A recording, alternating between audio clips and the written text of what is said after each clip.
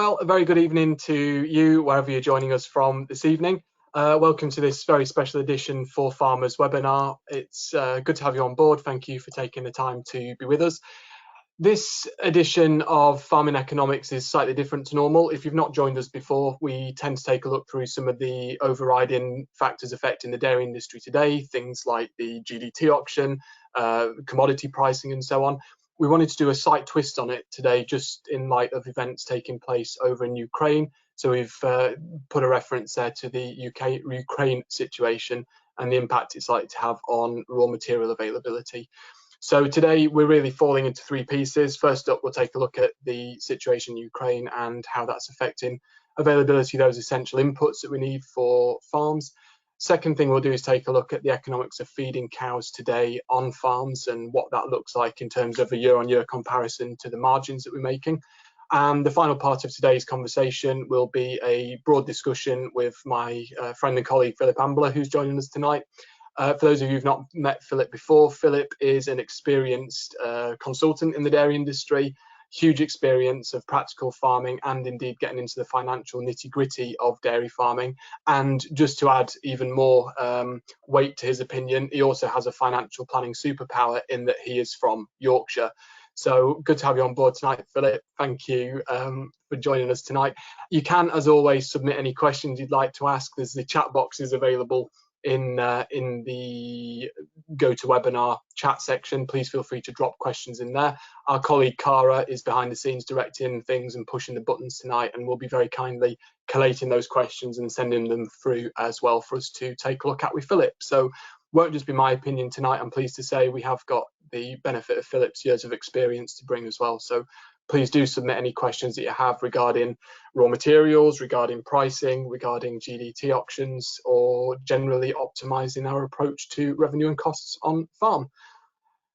Thanks again for joining us. We will start tonight then with a look at the situation as it's presenting it in the Ukraine at the moment. So we know that the events in Ukraine have taken us all by surprise. It's been around 3 weeks now. There was talk ever since Christmas of whether this was bluffing or not, but clearly things have changed a great deal in the last 21 days. What we can see here, and it does seem almost cold-hearted to be talking about economics in terms of what we know is a real humanitarian catastrophe taking place in Ukraine. But while we know it's a humanitarian catastrophe, we also have to be conscious that we have a job to do in terms of feeding the country as well. And it seems odd that in 2022 we're seeing some of those same messages that our grandparents, our great-grandparents would have been used to about things like digging for victory and trying to feed the country. But that's where we are at the moment. So with a open heart towards our neighbours in Ukraine, it's dreadful to see events taking place on the peripheries of Europe like this, but this is just an opportunity to look at some of what that means to our industry specifically.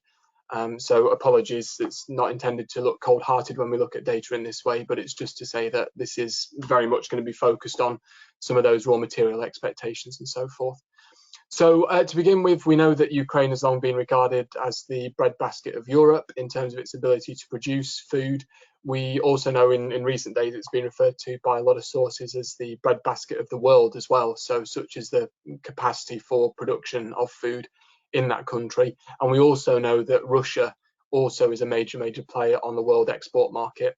And this data on the screen in front of us now just shows us some of those shares of global exports. And it's not to say, to be clear, that this is the share of global production of products like wheat, maize, barley and oilseed rape. This is very specific how much is being exported from Ukraine and Russia to the rest of the world. And it's also worth saying at this point that as exports go, the Ukraine tends to export predominantly to developing and middle income countries. So while we might not necessarily import much from the UK perspective from Ukraine, we do know that we live in a completely globalized market now. So we are indeed exposed to some of the headwinds that emerge from having those products being affected by the invasion in Ukraine. So we see there, for instance, that between the two countries, Russia and Ukraine, there's almost 25% of the world production of world export of wheat is accounted for in those countries. And look, it does have some serious supply side shocks for our industry. We know for a fact that at the moment there are around 15 million tonnes of old crop wheat the world needs, which is currently in the ground still, and the 2022 harvest is deeply under threat. And of course, what that means realistically is that we know that farmers in Ukraine are heading off to fight on the front lines. So it does mean that while there is wheat available in the fields, it's not necessarily accessible at the moment. And we've seen in some of the press pictures, we know that our colleagues, dairy farmers and other farmers in Ukraine are quite experienced now at dragging tanks around with a tractor. Nonetheless, if there is a tank parked in a field that's necessary for agricultural production, it will have an impact on harvest and indeed wheat being drilled as well. We also know that most Ukrainian exports are being carried out through that crucial Black Sea region. And it was only 2 years ago, if you remember, AHDB were talking about the Black Sea region as being a potential source of additional inputs for the UK market. Obviously, that's flipped on its head now. We've seen those heartbreaking pictures coming from places like Mariupol, where we know that that's affecting not just the human population there, but also shipping as well. And as recently as the 28th of February, the head of the Ukraine's maritime administration confirmed that Ukrainian ports will remain closed until the Russian invasion ends. And we've also seen action from the world's biggest shipping companies saying they're going to really struggle to get things in and out of Ukraine too. And then on a final note there, the United Nations has said that as much as 20 to 30% of fields in Ukraine may go unplanted or unharvested. And this is up-to-date data from earlier this week where they've put that new estimate forward. So clearly quite an alarming picture emerging there in terms of supply of raw materials to the rest of the world. If we take a minute then just to focus on one example here, sunflower seed oil, this really brings it home just what a huge player is in terms of export of sunflower seed oil. Russia accounting for 30% of all exports of sunflower seed oil, and the Ukraine itself 28% of sunflower oil exports, the rest of the world accounting for 42%. So it is absolutely enormous market that has such a huge impact on world supply chains. And of course, what does that mean for us as consumers in the UK? What does it mean for UK farming operations? And what does it mean for businesses like ForFarmers in the business of importing products from around the world? It means that our raw material team are incredibly busy at the moment in search of substitutes, searching around the world, looking at viable alternatives to products like sunflower oil, which we'll focus on for a minute or two now. And it's fair to say that once we start and once the UK starts searching for substitutes, it can only really mean that the rest of the world is in a very similar position as well, and is also looking for suitable alternatives to sunflower seed oil. And if we take a look here at the global map, this is very much an east-west split that we can see before us, where the story to the east of the world, Indonesia, world's largest exporter of palm, 25 million metric tons of palm exported from Indonesia each year. Malaysia, not far behind, second biggest exporter with 16 million tons of palm oil. And palm is a really nice, accessible substitute for sunflower seed oil. So as you'd imagine, there's that huge amount of interest there in securing additional supplies of palm. And then if we look further west, the first thing that we see here is that the third biggest exporter of palm is actually a country, believe it or not, Guatemala is the third biggest exporter of palm and accounts for just 1 million tons of exports. So it's very clear there that the top two countries for palm exports sit in 16 and 25 million respectively. Third biggest, only 1 million. So it's clear that where the demand is for that additional palm, it's really only going to be fulfilled by countries like Malaysia and Indonesia. If we look then to other potential alternatives, we see that there's been a rush towards products like soybean, where the USA currently exports around 55 million metric tons of soybean each year from the USA. Brazil, the world's largest exporter of soybean at 90 million tons, and actually Argentina would be the third biggest exporter, sitting at around about 5 million tons of soybean exported per year, which again is that really nice substitute for sunflower oil. Argentina in recent days has added a different kind of slant to the situation with soybean, where Argentina have actually banned exports, albeit maybe temporarily, but certainly at the moment there are no exports of soybean from Argentina, and that's largely thought to be while new export tariffs are put onto soybean. Clearly the government there seeing this increased global demand for sunflower oil substitutes and saying actually there might be an opportunity to raise some revenue from that. So there are talk of new regime of tariffs being applied to soybean exports, which again just adds to this very fast moving, quite muddy global picture of what the raw material market looks like. So to just take soy meal as one example, we can see here this is soy meal futures for delivery in May 2022. This is dollars per short ton, and it's worth saying this is priced in tons in the imperial sense, not metric tons. We can see there, though, it doesn't really matter what the scale is or what the measure is. What we can see there, the scale is undoubtable there. We can see huge changes there in the value of soy meal futures, particularly spiking since the turn of this year, since the turn of 2022. You can see that instability there, that eye on the Black Sea region, just really adding to that general feeling that, yeah, there's going to be that increased demand for soy meal and price following suit, as you can imagine.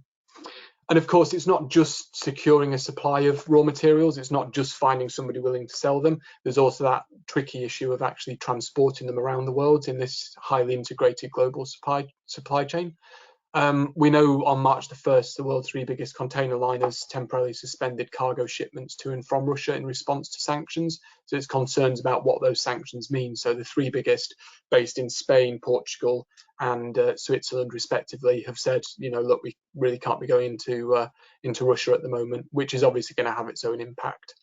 We also see other countries will try and fill the gap, so we expect additional supply to materialise in due course, which will obviously have that downward pressure.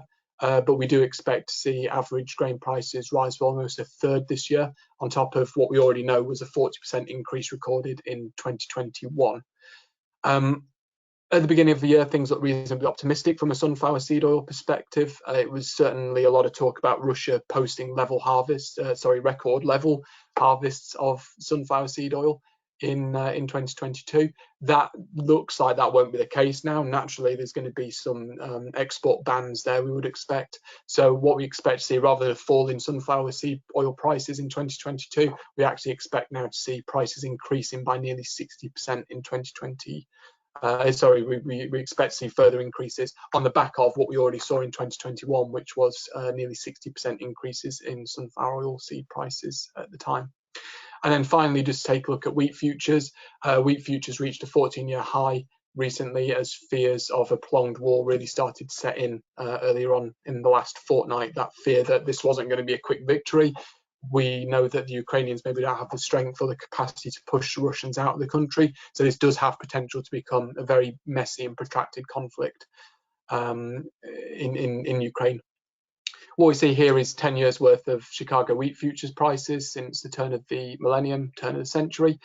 We can see there in 2008, there was that big spike there. That was driven not by conflict, but that was actually driven by the situation on Wall Street, the global financial crisis. As Lehman Brothers collapsed in 2008, we started to see that shift into supposed safe havens. We saw it with oil. We saw it also with wheat futures as well there. We got that big spike. What we also saw, though, was that as things started to ameliorate, as things returned to normal, there was that fall away again quite quickly in terms of prices. And it's easy to miss some of the nuance of this graph, actually. If you look at the far right-hand side axis, it's almost, if you blink, you miss it. It's easy to look at that and say, well, look, that doesn't look too bad. Not quite reached those same levels. But actually, you can see there from the turn of March where that fear of a protracted war really started. That's a real sudden upward spike, absolutely unprecedented, the size of that spike, taking us up to around about $1,400 again there, so way ahead of all-time records. So it just shows how easy it is to miss the nuance of that graph, because that was such a sudden, short and rapid spike up there. What does that mean for the UK market then? Well, in some ways it's a reassuring picture. The UK is actually almost self-sufficient in terms of wheat. We can see there that wheat consumption in the UK, 86% of wheat consumed, be it for animal feed, be it for production of bread and so forth. Actually 86% last year was actually domestically produced. There was only a 14% reliance in the UK of wheat. But as we said earlier, this is a highly globalized market that we operate in. So we can't underestimate the fact that there is still going to be that price pressure on a product like wheat. Just to drill into a bit more detail of where that 14% of our requirement for wheat comes from, this graph here just gives us a quick overview of where that wheat import does actually come from. We see there that Canada, France and Germany are by far and away the biggest importers into the UK of wheat products, and almost 60% of our wheat requirement actually comes from Canada, France and Germany, with the bulk being made up by countries like Denmark and the USA, Poland, Bulgaria and Latvia respectively. So you can actually see there that while Russia may well ban grain exports, actually it's almost totemic, or it's more of a symbolic gesture, because actually that isn't necessarily destined for the UK market, but it does mean that it will drive, certainly drive those global markets that we're all exposed to. So in terms of additional commodity expectations, just as a bit of a quick summary, in 2002, there is that expectation that Brent crude's going to sit in excess of $100 a barrel for the foreseeable future. We know it's a standard response in economic terms. OPEC and the US will increase crude oil output, but it's not going to soften things in the short term. It's certainly not going to soften price in the short term. There will be that eventual downward pressure on prices from the middle of the year, but it's still widely expected that Brent crude will continue to sit around $90 a barrel in 2022 as an average, about a third higher than that price that we saw in 2021. So some expectations there. And in a minute or two, Philip and I will take a look at what that means in terms of GDT auctions and milk price. But this is certainly from a supply side perspective what we expect to happen with oil. Market expectations for European natural gas prices expecting to rise by at least another 50% in 2022, after surging by nearly 400% in 2021. And it's worth saying that's based on spot market prices. So obviously anybody that's hedged or fixed things sooner won't be as exposed to that, but there is still that expectation on the back of 400% growth in 2021 that there would be that further 50% increase this year. And that's particularly going to become the case as countries in Europe look for alternative sources of gas in response to Russian aggression. And finally, of course, there's a new 35% UK tariff on goods from Russia. And as we saw earlier, actually might not affect things quite as much there, because certainly wheat wasn't really coming to the UK from Russia, but there is going to be that 35% tariff applied there. Will affect things such as oilseed, cereals, animal feed, co-products, and most fertilisers will be impacted by that tariff that the UK government intends to apply on imports from Russia. So of course this is all great, taking a macroeconomic look at the picture, but actually the bigger question is, what does that actually mean to us? What does it mean to our industry? What does it mean to our dairy farms? From ForFarmers' perspective, we're really using our multinational scale to secure supply and shipping. We operate obviously in half a dozen markets around Europe, so it's fair to say that we are using that scale to make sure we can supply that raw materials. Obviously, securing a supply is one thing, but actually having it on boats, naturally, we still don't know from a military perspective how things will develop there, but certainly it does give us some security there well into Q3 and beyond. Existing customers, it's fair to say, do remain top priority, but it is also true to say that there is still ample opportunity for new customers who are welcome to come on board there and start thinking about contracting. But it would require some commitment there in terms of contracting to secure that, because it is such an unpredictable market at the moment. Things are moving very quickly. Question then, why not contract? Contracts are available. There's never a right or wrong answer, and it can only ever really be seen with the benefit of hindsight when the right time to contract is.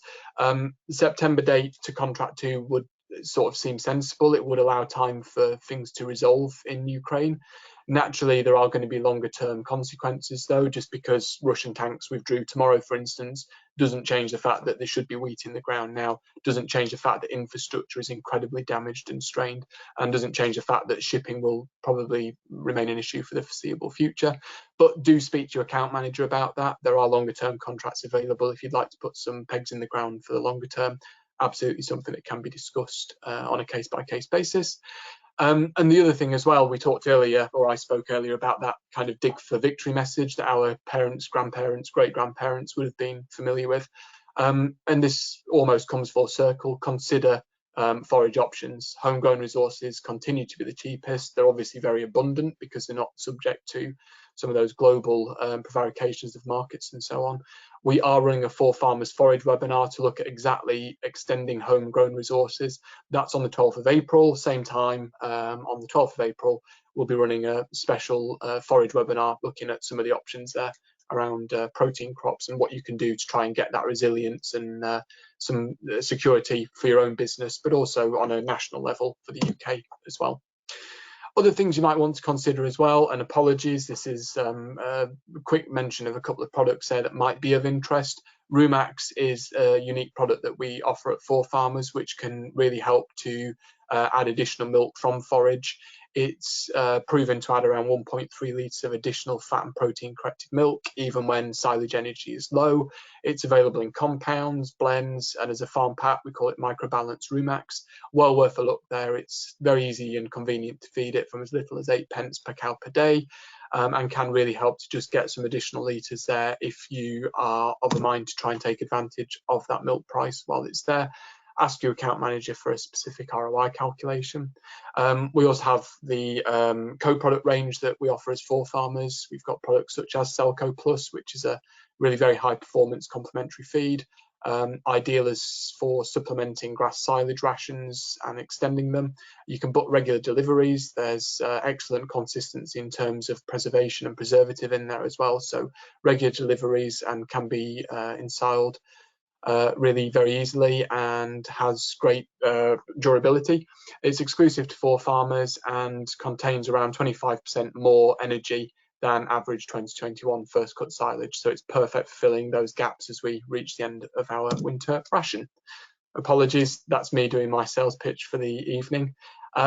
We've reached a point now then where we can join and speak to our colleague Philip Ambler, who's joining us tonight. I think, Philip, you should be full screen now. That should have dropped back on my piece there. Philip, thank you very much for joining us on a Thursday evening. I guess one of your specialties within the business is looking at the global milk market. You bring some excellent insights. Had the GDT auction on Tuesday evening, and just wondering then from your perspective, I know I think you described the weather situation in New Zealand as crispy, and said it led to around a 6% year-on-year decrease in the amount of milk production from New Zealand. From your perspective, what does that mean then for medium-term milk pricing? How do you think that's going to feed through to milk prices in the UK? Yeah, I mean, well, we saw a slight. I think all the experts and all the observers were expecting GDT on Tuesday to continue its previous runs over the last few auctions. What we actually saw in reality was a slight correction, which on the face of it didn't look great. But actually, what I would say is it could have been considerably worse than it was. So actually, even though the markets just did respond, it probably wasn't as bad as it could have been. So it does show a degree of consistency in there, and that's been driven by, in essence, world factors. So as we came out of COVID and all the disruption that's put into the supply chain over that period, the demand is still there for dairy products and dairy commodities. The difficulty is we've almost hit the perfect storm in that, because of the economics over the last 12 months, not just in Europe and in the UK, but also in New Zealand and also in America, none of the major milk producing areas are actually turning the taps on.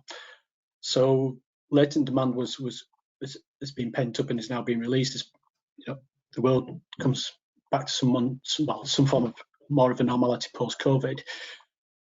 And unsurprisingly, because there wasn't the incentive for producers to go out and produce the milk, the volumes weren't there.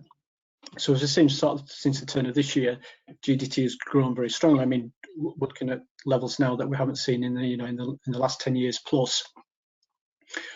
But equally, the level of production hasn't picked up to close that gap. So as we say in New Zealand, when I describe the weather as being crispy, there's been certain weather patterns that have occurred that sort of kept a lid on production. So year on year, certainly New Zealand, they're somewhere back. I mean, if you look at where their milk price is, it's the highest it's been for quite a number of years now. And that's obviously their response in terms of with what the markets are demanding. And as we've seen in Europe as well, some of the things that are also impacting are the environmental concerns and the environmental issues. So in terms of changing policy, particularly in Holland with the moves that they're introducing, Belgium is doing something very similar as well in terms of trying to meet certain environmental requirements going forward, and that is potentially taking milk out of the milk pool as well. So at the very time when we would normally expect to see, say, the US kicking up, they've had the same issues as we've had in terms of basically margins. Feed prices and milk price hasn't been keeping pace with not just feed but fertiliser and other cost structure increases. So there is very much a bit of a lag effect at the moment. So short to medium term, I think as everybody's been commenting, looks relatively strong in terms of where milk prices are currently, and what we've seen sort of the milk price increases accelerate over the last sort of months, certainly the last month, 6 to 8 weeks. More certainly still around the corner, and providing the market stays, relatively speaking, where they are currently, that will continue to put pressure on farm gate prices. The key question I think everybody's sort of asking, and the key thing that sort of I keep trying to find or listen to try and find an answer on is it likely to mean that more milk will be produced? You know, we talk about the spring flush and looking at the HDB figures, we're somewhere under where we would normally be projected to be. And I suppose that's a key thing over the next, 4 to 6 weeks plus, is just exactly how much response we're going to see from some of these milk prices that now are actually starting to land, in bank accounts. Is it going to, improve producer confidence? Are producers going to start trying to recover those litres that are lost and push forward? Or is it going to be somewhat of a dampened response because of obviously what's happening in Ukraine and Russia and what's happening with feed prices in the short to medium term as well?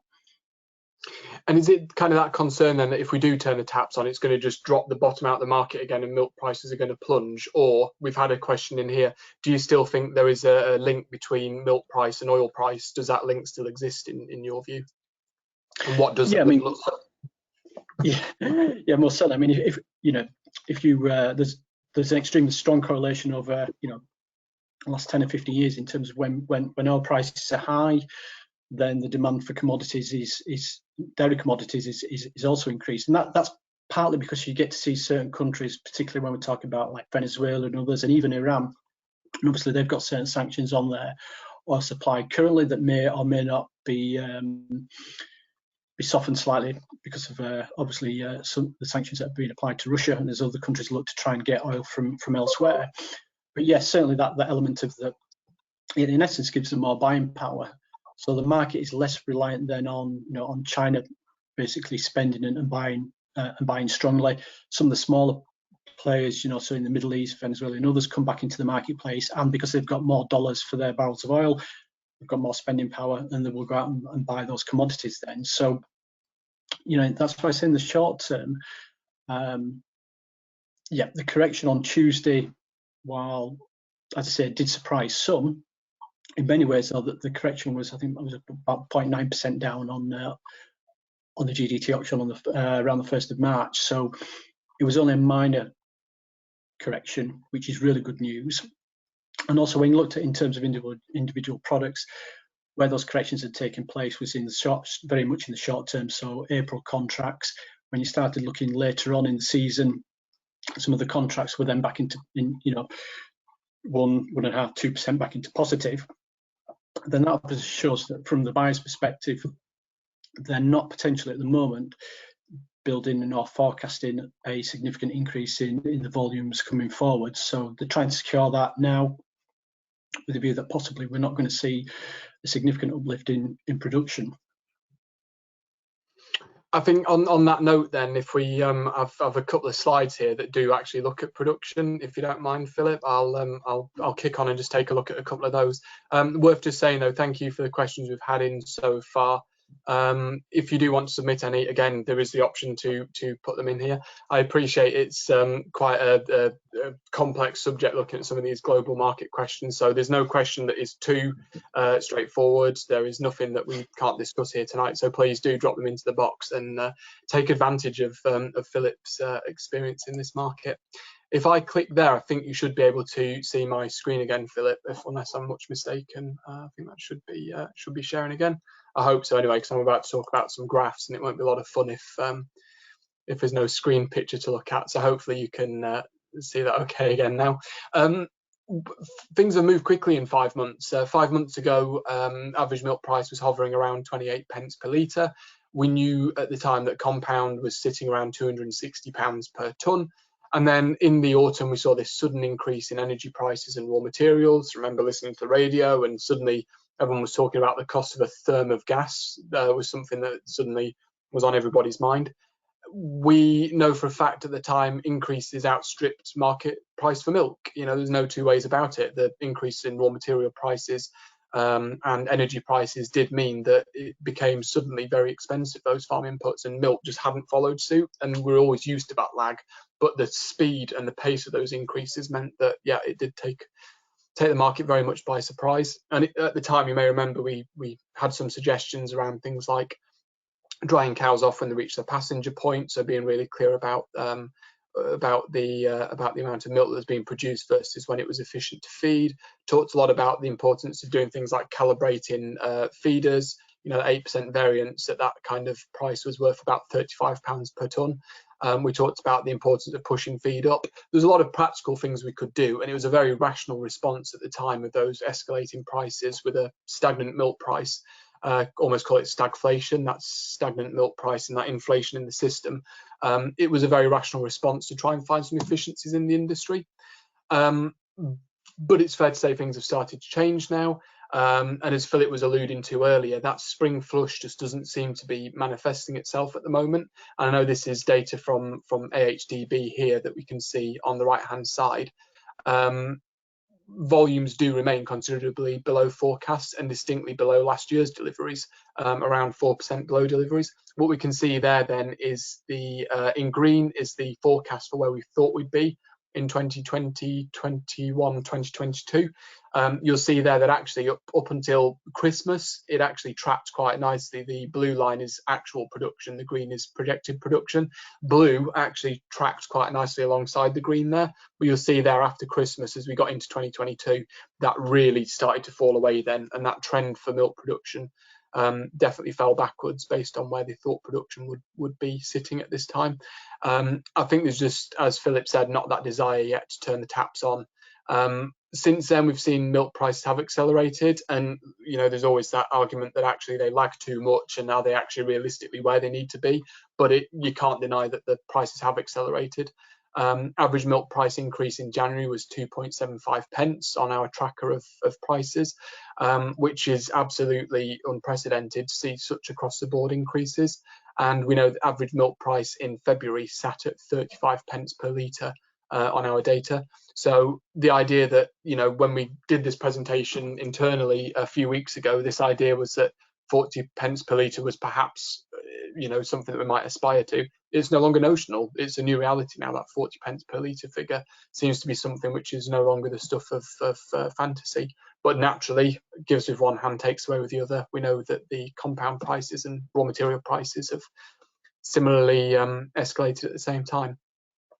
This is just to put some data into a bit of context then over year-on-year production. So the graph here on the left-hand side, we can see January 2021 figures. On the right-hand side, we can see January 2022 figures. So we see there, for instance, the number of cows in the herd was actually bang on the same for our average customer, 195 cows in the herd, 172 cows in milk. Didn't really change. What did change though is yield per day. Yield per day was down a fraction January 2022 versus January 2021, down about 0.3 of a litre.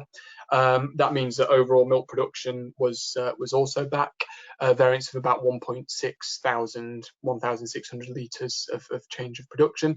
But what is different there is obviously that milk price for January. January 21 averaged 29.22, January 22 averaged 34.91. So that did actually mean that despite that milk production being back by 1,600 litres, actually overall there was an £8,000 increase on our average milk revenue for January 2022 versus January 2021. So as it says there, good price hides the impact of that reduction in yield, which was back.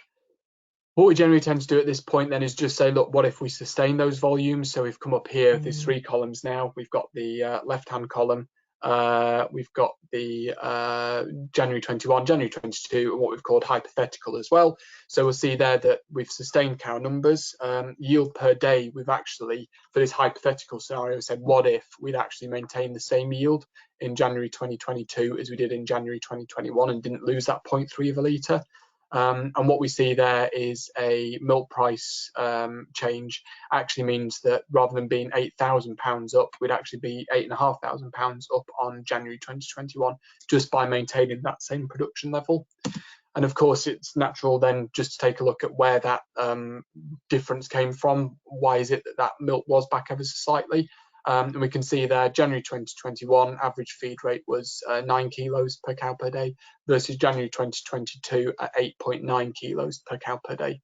And then if we look at that kind of hypothetical situation there, again, what we can see there is that the cost of feed per cow per day, if we'd fed at the same feed rate as we'd done the previous year, would have been £2,622 £2.62 per cow per day to feed at that rate there. And we've also got a list there of what we call other feed, which is things like minerals, any co-products that are being used and so forth. Gives us total feed expenditure of £15,000 almost to the penny versus January 2021 feed expenditure of 12,981, which means that if we'd fed at the same rate based on the new milk price, would have cost us an extra £2,000 in feed costs in 2022 versus 2021. So then if we actually have a look at year-on-year milk sales, there's actually a positive case for sustaining those volumes. So what we can see there is a roundup of margin per cow figure, and with that, even taking into account that additional cost of those of that dairy cake there and those compound prices, what we can see there is that if we sustain that same feed volume, our margin per cow would have been £160 in January 2021. Hypothetically, if we'd sustained the same feed volume and actually had that additional milk price as well, we would have been sitting at £193 per margin per cow for the month of January 22 versus January 2021. And what that actually means then, and I guess the flip side of that equation is, well, it's all well and good to look at that data in that context, but actually what does that mean in real terms? We know that feed isn't the only expense that we see on farm, and actually we've got that additional cost of feed and fuel as well, which we've factored in here is averaging 3.8 pence per litre additional cost of feed and fuel on the farm versus the previous year. And what we can see there is the impact of higher feed and fuel prices was around about £5,600 over the previous over the same day 12 months earlier. So actually the net position for feed, fuel and feed year on year, January 2021 versus that hypothetical January 2022 scenario where we'd fed at the same rate, albeit with a more expensive compound feed, what we can actually see there is that even with the more expensive inputs of fertiliser, more expensive inputs of fuel, more expensive inputs of feed as well, is that actually the net position would have put us £881 ahead for the month of where we would have been previously, which is, I guess, in some ways a bitter pill to swallow, given that the milk price was considerably stronger. To round off only £881 up is very difficult. But of course, what we can see there is that raw material situation around the world spiking up and really driving some of those input prices on farm, be it oil at $100 a barrel, or be it the cost of wheat there, which we've seen at the highest levels we've seen since the turn of the millennium and ahead of even that 2008 high point there. So yeah, it's a mixed picture, but it's still very much ahead happily of where things were that 12 months earlier, which really turns the situation on its head, because if we take a look at the same data from December 2021 versus December 2020, what we can actually see there is actually a position where we were down £360 even in a hypothetical scenario, because of course in December we'd not had those milk price increases, hadn't come through. So actually it's a reasonably good picture there, in that the previous month we were £381 down and now we're £881 up. Actually does mean that we are in the black, as opposed to that kind of feeling that we had in December where we knew that cake prices were on the way one direction and milk price just wasn't keeping track. So hopefully what we're seeing there is that lag being corrected into January, and that trend looking set to continue now into February and March as well, moving forward. That takes us to the end of that kind of summary then of the economic position there. I'll jump back to Philip. Philip is still with us this evening. So Philip, I guess what kind of questions are you having from your, I know you have a very busy roster of dairy customers that you see each month, particularly focused around the northwest of England. What kind of questions are you seeing from them in terms of, do I keep feeding my cows at this high level? And what advice are you giving on the back of that change in milk price? Have we been overly pessimistic in the last few months potentially? Yeah, I mean, the one thing that does keep coming back off farm is obviously we are in a slightly different scenario to what any of us have seen, and some of us have been in the industry quite some time now. It's we're dealing with prices that we never thought we would see, and that is creating uncertainty. So for producers, obviously, we've got the memories of what was happening in 2021, and it was a challenging year, as you said, Andy, with forages and other things in some parts of the country. Also, then towards, as we went into Q4, obviously what was happening with feed prices, and if we're being sort of realistic, there wasn't really the confidence in there really to. When we talk about pushing cows, it's about trying to allow animals to express their natural potential and feeding them accordingly. And unsurprisingly, with any producer, if they're paid a fair and decent price for their milk, they will do so. They will produce the litres. But I'd say it wasn't there, and I think we've still got that slight lag effect. And because as we've gone into the first part of this year, I think it's fair to say, obviously none of us sort of appreciated the situation that we were going to have in Ukraine and Russia. And actually, if you look at the markets, I think it's fair to say when you look at the hedge funds, the general perception was that obviously there wouldn't be an invasion because they'd actually bet on the markets dropping, not on the markets. So it's partly in what we have seen with this spike is that obviously they've had to go back in and cover positions at the same time as then everybody else has been scrabbling around for supply, which has just added to a very bad situation. Just price wise made it even worse. But obviously the impact that has at farm level is that obviously our customers and others see those, and they do, which is natural, begin to question on a price per tonne basis, is it worth keeping feeding cows? And I think the one thing we've sometimes got to try and do is sort of just put a check in place and ask ourselves, right, well, actually, where are our margins currently? Where did our margins stand? As you've quite rightly shown with your presentation in terms of where we were in December, where we were in January. We've now got the improvement of these milk prices coming through, and it's how we manage those margins. So it's how we mitigate the impact that these costs, so whether it's feed, whether it's fert, whether it's fuel, and there will be other fixed costs as well going up. So every business needs a certain number of litres to cash flow the business. And to my mind, the key is going to be is more about, as we go through this short to medium term, is cash flow and ensuring we've got enough cash flow generation within the business to enable the business to keep moving forward. So one of the things we've been spending quite a bit of time is actually looking and understanding not just where our margins are over purchase feed, but where our margins are over all feed costs. Because let's not forget, in terms of the importance, as we saw in 2021, with regards to forage quality, if we can get the forage quality where we want it to be, that's a massive impact on in terms of when we're feeding cows, both in the summer, but equally, more importantly as well, when we're feeding over the winter. It's 50% plus of most of the diets that we work with. So anything we can do to improve that forage quality, so thinking about in terms of energy, quality protein this year. So when we talk about fertiliser prices, people were getting concerned when fertiliser was £600, £625 a tonne, and now we're talking £1,000 or £1,000 plus. But now we're talking about actually, supply is probably the biggest challenge, not necessarily the price per tonne.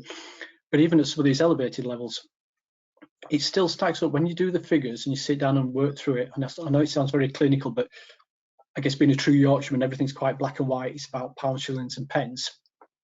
So when we actually sit down and start looking at some of the figures, it still stacks to be doing the things that we were doing 6, 8, 12 months ago.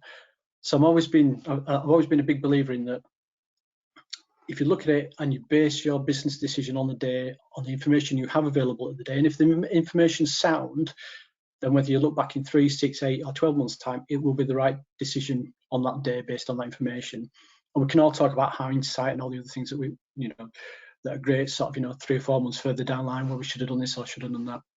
But actually, if we're being truly honest, none of us can predict what's going to happen in 2 or 3 months' time with regards to, with any massive degree of certainty, whether it's milk price or whether it's feed prices. We will have a view and we will take a view on these things, but to actually be able to sort of say, well, it's going to be X or Y is very difficult in a normal year, let alone, just looking today on the markets, 25, 30 pound swing on wheat prices, from 1 hour to another. So, it's a level of volatility we've not seen before. And from a volatility perspective, then does that mean that we should expect to see moving forward new things arriving on our ticket? Should we expect to see new raw materials listed on a ticket all of a sudden? In your experience, I know it's a bit of a broad sort of question, or would we be looking to use a feed fence instead to try and balance things out more? I think it'd probably be a bit of a combination. I mean, given that actually, yes, we talk about prices, we may, and we don't know at this moment in time, but as we go forward, depending on obviously the situation in Ukraine and the situation in Russia, it's clearly sort of taught that the Russians could be digging in for a longer campaign than they ever expected to be. Now, to some extent, that then does become more concerning, because obviously not only is it, and it's not to sort of not to dehumanize it in terms of the physical loss of life and what's happening over there. But putting a nutritionist hat on, then you can only see that actually some of the raw materials that we've been used to being able to access may not be there, or may not be there in the volumes that are required at any price. So it may become more of an issue of actually supply. Mm-hmm. So from our perspective, anything we can do to guarantee that actually products will be turning up, in terms of boats will be docking with things on it that we can use and we can require, then from a cow's perspective, as long as the formulations and the nutritional solution remains the same, then there are things, and I think we need to bring anything we've got in our armoury at our disposal to be able to make sure that actually we're able to deliver the nutritional solution that the cows require. And if that means switching around with raw materials, I think that will just become part and parcel of as we go forward over the next 3, 4, 6, 8 months. I mean, the potential is that we could still be looking at these things in 12, 18 months time, as you said earlier on. And we're not just talking about this year's harvest and this year's sowing, but potentially the knock-on effect is that could take us into to 2022, 2023 and beyond. So I think a degree of flexibility is going to be key to sort of, as the situation develops, and we all hope that it comes to a conclusion sooner rather than later. But obviously we've got to plan that actually, if that is not the case, we need to be able to support and feed these cows going forward. So just thinking then in terms of, you mentioned there security of supply, in terms of looking at the wider market and what that means for specific diets, and I think your region, there's a few supermarket contracts in the region as well. Don't know how many would be affected by this, but no palm, no soy diets. Would that mean then that we should expect to see any extra pressure on no palm, no soy diets? I mean, I know at the moment the cake cost for no palm, no soy isn't vastly dissimilar to a similar energy level for a conventional cake at the moment on price list. But do you think there would be a move away from that? Do you think we need to balance sustainability with availability, to coin a horrible phrase? Yes, and I think, and I'm sure, I believe there's various discussions that are going on at a much higher level in government, and as we've already seen some announcements, with the Germans relaxing the rules and regulations with regard to, in essence, fallow land under environmental stewardship, trying to bring that back into production. I think at the moment it's very much a sort of, everybody's just taking a step back and sort of viewing the geopolitics as it's developing.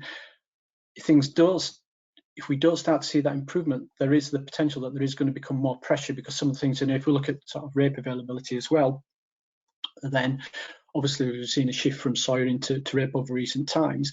Then as that rape supply tightens, particularly in terms of what we wouldn't necessarily be expecting now to see come out of Ukraine, then I think that we'll have to have a degree of practical reality that we may move more towards, actually, there are some things that we have to park for a period of time, because it becomes more about food security and supply security, rather than saying, well, actually we want to do want no palm, no soya.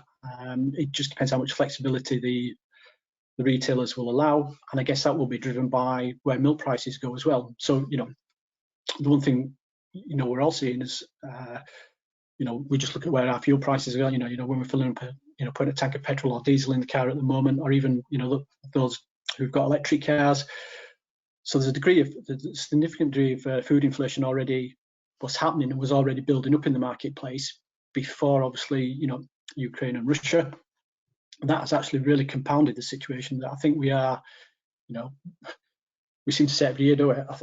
I think truly now we are in sort of unprecedented times, in that there will be things that were commonplace 3 months ago. In the next 3 months, we might have had to do sort of a 360-degree turnaround on them. Yeah. So to tell you what, it would be unprecedented to describe times as anything other than unprecedented, wouldn't it? I'd like to have some precedented times again, please. So that's kind of the point there then, that look, with the best will in the world, if it is that consumers aren't willing to pay the price of those diets that are no palm, no soy, then ultimately something's got to give there. And it might be the supermarkets say, do you know what, let's just focus on price as opposed to value, that mission statement around sustainability. Then that seems to be the potential. It'll be guided by the market. There's no crystal ball or indications at the moment of where that's going to go, but the market, let's face it, will probably be king there in terms of what consumers are willing to pay for that. Give us some good news then. I had a question through here, and I like this kind of crystal ball gazing. If you would be a very rich man if you could answer this accurately, but gut feeling, ready? How high do you think the milk price could go? Give us some good news. Oh crikey! Well, I think it's fair to say if you ask 5 different people, you get 5 slightly different opinions. Me, Andy, I'm sort of I'm not a risk taker. I'm quite risk averse, and being a true Yorkshireman, I would say, well, actually, I won't necessarily, I won't bet my mortgage on it. But if you'd have asked us even 6-8 weeks ago, if we'd have been thinking 40 pence a litre, we'd be thinking, crikey, we're actually going to hit that. But looking at the markets this morning, if you take the the UK and the European forward markets, then it's somewhere in a trading around that equivalent farm gate price of sort of 44 to about 46 pence a litre.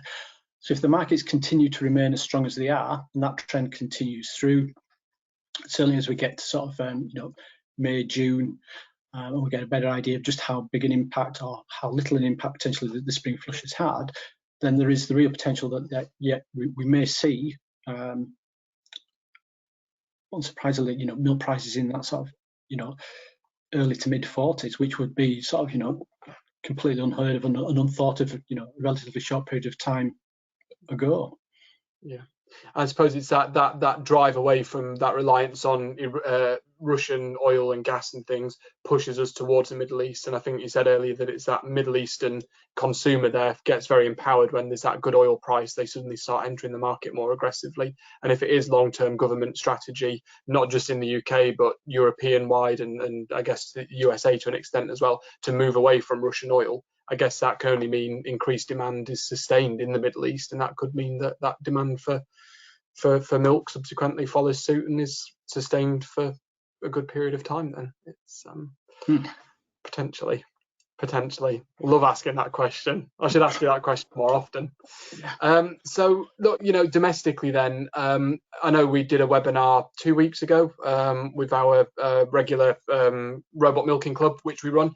Again, something you can sign up to if you're interested in the economics and the practicalities of milking with robots. We ran a robot milking webinar where we looked at forage, and I guess sometimes, particularly with robots, I come from a robotic milking background myself, we sometimes forget about the forage side of robotic milking. It becomes kind of it becomes second to thinking about compounded feed fence and things. Realistically, do you think we are now heading towards a sustained change in terms of our consumption of cereals and homegrown forage? Yeah, I suppose what the current situation has driven on to a lot of us in terms of a lot of things we've been talking about, over the last 2 or 3 years, or even the last 5 years, in that the economics have always been that actually, as to coin a phrase from a colleague, when the pain becomes great enough, we tend to change, don't we? So I think there is that element of that we've not necessarily undervalued to a certain extent exactly what forage can deliver within a diet, but we probably haven't optimized the ability to get the quality out of the forage that we've had the opportunity to. And given where fertiliser prices are and everything else this year, and realistically looking forward, are we going to see a massive recorrection in the marketplace in the next 6, 8, 12 months? possibly not. That I think it makes us all, resharpen our pencil and go back and revisit things and look at it and see where the opportunities are. And I guess that's the one thing from a personal point of view, in terms of time I've spent within the dairy industry, is I'm continually surprised about the ability of farmers and producers to adapt to to everything that's thrown at them. And possibly what we will see as we work through this, and that is an important point, we will get through it. It might not be easy. It might be, it's quite right, Sandy. It's digging in, and there's some hard decisions to make along the way. But businesses will adapt. Our mindsets will adapt, and it'll be that ethos of really, leaving no stone unturned. We will look at everything and anything to enable us to try and retain as much of these milk price improvements within our customers' businesses. Probably have more of a focus in terms of how we achieve that. But also, as you mentioned earlier on, right at the beginning of the presentation, that slide with, when we talk about, how many years have we been talking about feed efficiency and, and attention to detail. And some of those things have a, a not insignificant different, impact on how we deliver those litres on farm. So, how accurately we are at loading the feeder wagon. Back to that, what ration is the cow eating? Is it the ration that I've got on a piece of paper? Is it the ration I give to the farmer, or is it the ration that we discharge out of the feeder wagon? So there'll be all of those elements that we need to go back, and actually sometimes it's saying, well, actually we need to continually go back and revisit. We may think we're doing as good a job as we possibly can. Yeah. But I certainly found this, so far this year, going back and looking at forage production, resampling, and looking at slurry analysis and seeing where can we, where are the opportunities in that, and what can we learn from colleagues in the arable sector. So in terms of from grassland management, when we look at the utilisation rates of any bag of fertiliser we apply, some very simple things like, if the pH is not in balance, then rather than getting 45, 50% utilisation of everything we apply, we're down at 30% utilisation. And there's a massive cost, when fertiliser was 250, 300 pound a tonne, let alone when it's 600 pound a tonne or 1,000 pound a tonne. I think actually the message would be is, let's go back and revisit some of these and make sure that we're doing the best that we can in the circumstances. There is always room for improvement. We always seek to do better tomorrow than we did today. But it's going to be hard work, and it is going to be about teamwork as well. It's going to be ourselves working with our customers, working with the vets, working with others in the industry to make sure and give our customers and our farmers the best opportunity to navigate these waters. Yeah, no, that makes sense. Another couple of questions. I apologise, we're running short of time and we've still got a few to get through, so I'll just I might have to ask for quick fire answers to one or two of these. One of these here, I think it's directed at me actually, because it was something I'd mentioned about pushing up more often. Would it not create more feeding, or is it more efficient? I think the point with pushing up feed and the point we were making around that there was that particularly heifers, freshly calved heifers, often struggle to get access to that feed fence. There is always that element of bullying around the feed fence, and it's the idea that older cows will often be able to reach further and will be able to dominate the feed fence more. And the idea with that regular pushing up was that, yes, regular pushing up, and we've seen it in the data, I think it's worth about 1.5 litres. So the sales material says for a well-known brand of feed pusher, there's that benefit to pushing up more often. Those less dominant cows can get to the feed, and it means that the less efficient, maybe the ones that have been calved 200 days that have got that bulk and burliness behind them, can't get to it quite as readily or bully somebody else out of the way. So it's just about improving access and trying to be a bit fair about how we do that. So that's the kind of logic behind that. Another question, how is it affecting the cost and supplies of organic proteins and corn? Really good question. We are planning to run a separate organic webinar looking at organic bits and pieces. It's such a broad question, and I think it's fair to say the economics of organic milk is somewhat different at the moment. There's quite a spread, shall we say, of different farm gate prices for organic at the moment. So we didn't want to muddy the waters too much by doing that, but our organic customers, I will be in touch, and we'll be in touch there about a specific webinar that we're looking to run for the organic segment, because obviously it's something that we do need to have a focus on the very specific circumstances there. I guess one for you, Philip, is that old feed price ratio. Will it end up greater than 1, i.e. economically viable? Is it fair to say, you know, that old analogy, milk feed price ratio above 1 is economically viable? Are we there at the moment? Would we say we're kind of there at the moment where it is economically viable? A good yardstick to use? Yeah, I mean, if you look at, if you take the slides you produced, Andy, with regards to margins, and the one thing I would encourage everybody to do is look, you know, see where your margin over purchase feed was December 21, January 2022. And that's your baseline. And then it's actually, if there's every year for projecting forward, so whether that's doing milk forecasts or feed budgets, is looking and seeing what the impact is of some of these price rises that are around the corner, you know, as well as taking into account, obviously, fertiliser and fuel costs.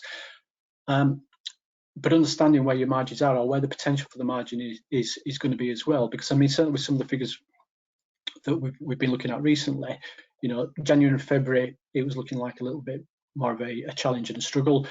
That has improved somewhat, even with some of the feed prices that obviously are potentially around the corner that we could be looking at. But equally, when you project forward further still and look at some sort of almost like worst case scenarios, then obviously it gives us an idea of where that individual customer's milk price is going to need to be to return a certain level of margin that that business requires. So yeah, I suppose in a nutshell, it's, you know, with the best one in the world, we can't go off gut feeling or going off a hunch. I would really sort of, you know, drive home that sort of, you know, not just looking at figures, but understanding your own figures, and it's going to be different for each individual, you know, producer. But if you've got that level of understanding, then, and you know where you are, you know where you potentially need to be, then back to that element of, you know, making the decisions and, you know, having the confidence that the decision you're taking is the right decision. Then it is, you know, it is going to be, because none of us have got, you know, with the best in the world, none of us have got that crystal ball. We can't, you know, we can't predict. We can give you an opinion or a thought on where things are, but as we, you know, as we saw with obviously the events in Ukraine, quite often, you know, in some cases things are just completely unpredictable. Yeah, absolutely. Yeah, absolutely. Apologies, Philip. I'm going to have to cut slightly short tonight. One comment we've had here saying restricting raw materials would not seem the right thing to do currently, which is a fair comment, I guess. That, look, you know, let's think about this on a war footing. Let's just make use of what we can get, which I think is a good observation there, that one. Again, just to signpost, the 12th of April, we do have a webinar planned, which we will be running, which is looking at forage. So again, back to that forage question. I'll end with one last question. We do have a few more that we've not had time to get to tonight, and I am very sorry. If you've sent a question in, I'm going to have a look into making sure that we can send an answer to you. So if you've submitted a question, providing that we've got your email details, we'll come back to you one-to-one if that's all right, Philip, if you don't mind answering a couple on the old email, because I really appreciate everybody that's taken the time to send one in. Last question then for tonight: will the milk buyers need to come closer together with milk prices, so that the ones at the bottom end up having to move up? Do you think we are going to see more alignment on milk prices now, where there's going to be less of a spread potentially? Yeah, and I think in recent days we've already seen that, haven't we? I mean, the one bit of feedback that's coming from the marketplace is that actually there is concern in with some milk buyers that, you know, they're having with their milk prices to trying to attract producers into their supply field now. So, you know, we're almost in a slightly different position to what we've been over the last couple of years, whereby now actually farmers are you know, in terms of milk producers, are a valuable commodity, and milk buyers are looking at ways and means, you know, whether it's for milk price and various other things, in terms of trying to attract. So there will certainly be a narrowing of the gap between the top and the bottom, because it's just pure Keynesian economics, supply and demand. The demand's there, the supply isn't there. The only way you're going to attract the supply is if you pay a better price than your competitor. So on that side, yes, I would expect we will see a greater convergence in milk price.